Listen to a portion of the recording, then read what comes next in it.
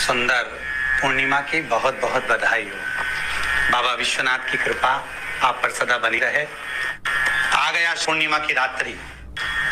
बड़े से बड़ी बीमारियां, बड़े से बड़े रोग, बड़े से बड़े बड़े कष्ट इस पूर्णिमा की रात्रि को छूट जाते हैं। दमे की बीमारी, श्वास की बीमारी, अनिद्रा की बीमारी, रात्रि को जगना, ये सारी बीमारियां पूर्णिमा की रात्रि को अगर व्यक्ति अपने जीवन को सुखमय बनाए, अपने जीवन को आनंदमय बनाए तो सब छूट सकता। पूर्णिमा का व्रत करने का कारण क्या है बताइए? आप इतने सालों से कर रही हो, कई माताएं कर रही होंगी पूर्णिमा का व्रत। एक समय फलाहार करती हैं, एक समय भोजन करती हैं। भोजन में खीर का होना जरूरी होता है पूर्णिमा के व्रत में। दूध की सामग्री होना जरूरी होती है पूर्णिमा के व्रत में। 12 महीने की पूर्णिमा करो, मना नहीं है। और पूर्णिमा उठाने का भी समय होता है। चैत्र के महीने की जो पूर्णिमा होती है, चैत्री पूर्णिमा पहली पूर्णिमा मानी जाती है, इसलिए चैत्री पूर्णिमा को सिद्ध पूर्णिमा कहते हैं, कार्य सिद्धात्री पूर्णिमा कहते हैं। सिद्ध करने वाले मनोरथी पूर्णिमा कहते हैं।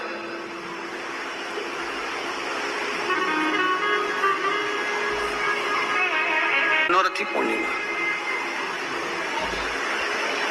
इसलिए पूर्णिमा का व्रत कहां से उठाया जाता है? चैत्र के महीने की पूर्णिमा से पूर्णिमा का व्रत उठाया जाता है। कि मैं महीने की पूर्णिमा करूंगी तो चैत्र पूर्णिमा से उसको उठा लिया जाता है। और उसका एक नियम रहता है, आप फलाहार करें अपनी जगह पर एक समय भोजन कर रहे हैं अपनी जगह, पर भोजन के साथ में मीठे के साथ थोड़ा दूध की सामग्री होना जरूरी होती है।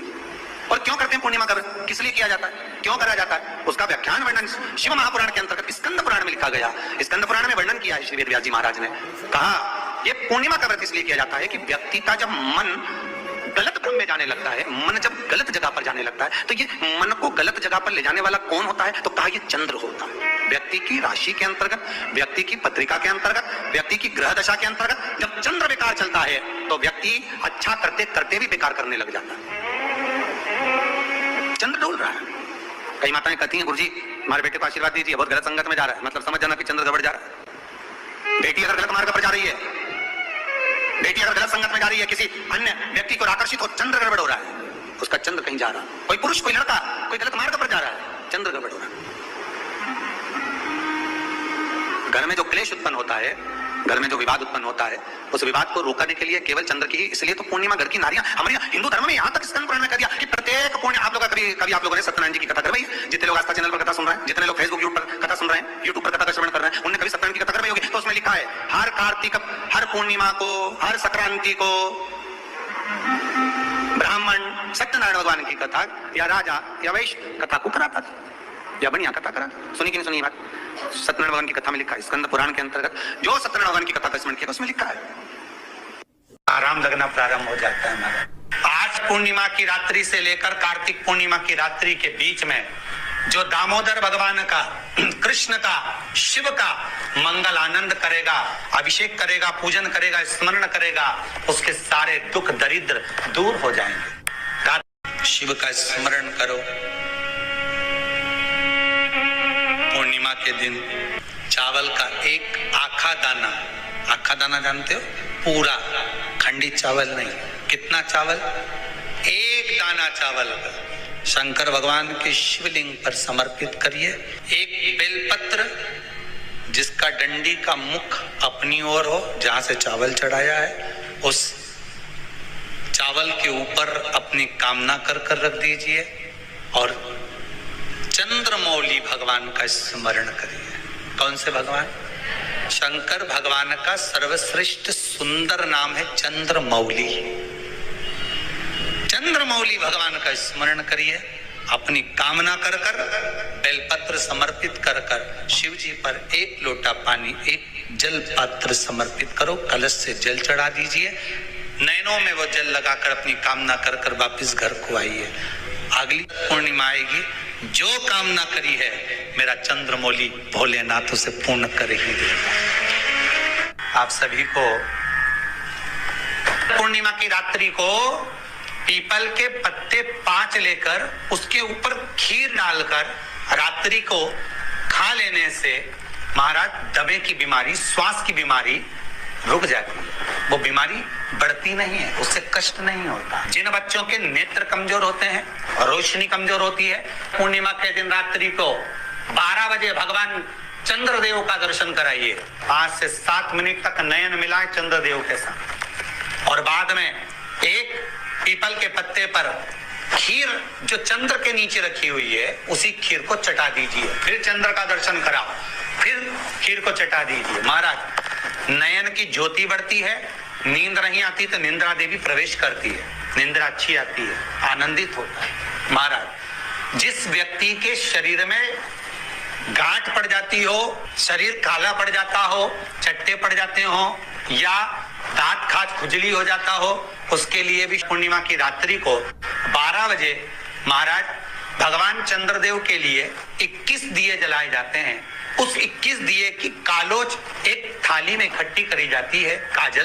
कालोज को इकट्ठी कर शरीर में गाय के घी के साथ में जहां जहां जगह पर चट्टे हैं, गांठ है, वहां लगाया जाता है। उसको 5 या 7 दिन लगाइए। उसके बाद में रोज प्रतिदिन लगाने के आधे घंटे बाद स्नान कर लीजिए, आराम लगना प्रारंभ हो जाता है।